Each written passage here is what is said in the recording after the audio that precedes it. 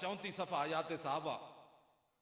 حضرت حذیفہ بن یمان رضی اللہ تعالیٰ عنہ اے او صحابیان رسول اللہ دے جنہاں نوں حضور نے دسیا سی کہ مدینہ پاک وچ کیڑا کیڑا بندہ منافق رہندا. اے واحد صحابیان حضرت حذیفہ بن یمان.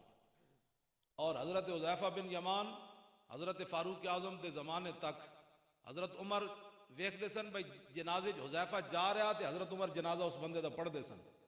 جس جنازے حضرت حذیفہ نہیں جاندے حضرت عمر بھی اس بندے دا جنازہ نہیں سن پڑھ دے. اے حضرت حذیفہ بن یمان آئے عراق وچ. اے ینگ جنریشن ساڈی, اے ینگ جنریشن ایو جہی ہونی چاہیے جو تسی جویں بیٹھے ہو نا تے نال اے بزرگ جڑے سن تابی انہوں کہندے نے جنہیں صحابی دی زیارت حالت ایمان نال کیتی ہوئے. لو جی ینگ جنریشن دا سوال ویکھو حضرت حذیفہ کولو. انہاں سوال کیتا, انہاں کہا جناب حال رہے تم رسول اللہ, تساں رسول اللہ دی زیارت کیتی سی, وصحبتموہ حضور دی غلامی اختیار کیتی سی. انہاں کہا ہاں بابا کیتی سی. قالا کیف کنتم تصنعون, فرمایا پھر تساں کی خدمت کیتی حضور دی. اے تابی دا سوال ہے صحابی کو. فرمایا پھر کیف کنتم تصنعون, پھر تساں حضور دی کی خدمت کیتی. تے آپ نے فرمایا واللہ لقد کننا نجتہدو, فرمایا وہ پترا نہ پوچھا سی سب کچھ ہی حضور تے لٹا دیتا سی, کوئی بچا کے رکھی کوئی شک.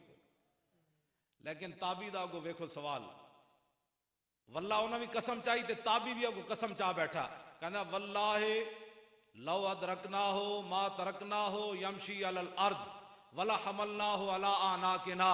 انہاں کہا بابا ہاں تو بڑی حضور دی خدمت کی تھی, لیکن ساڈا ذوق بھی سنو. واللہ لو ادرکناہو, فرمایا اللہ دی قسم ہے جے سانو موقع ملدا حضور دی غلامی دا تے ما ترکناہو یمشی علی الارض, اساں پھر حضور نو زمین تے نہیں سی چلن دینا. ولا حملنا ولا اعناقنا, اساں سدا گردناں تے حضور نو چک کے رکھنا سی. اپنا ذوق. لیکن صحابی نے اگو یہ نہیں کیا, انہیں کہا جی جا بڑے عاشقہ. صحابی نے اگو یہ گل نہیں کی تھی, فرمایا اللہ تمنا ذالک, فرمایا پترا یہ گل دوبارہ نہ کری تو سامی روا دیتا. اپنی محبت کی بات ہے.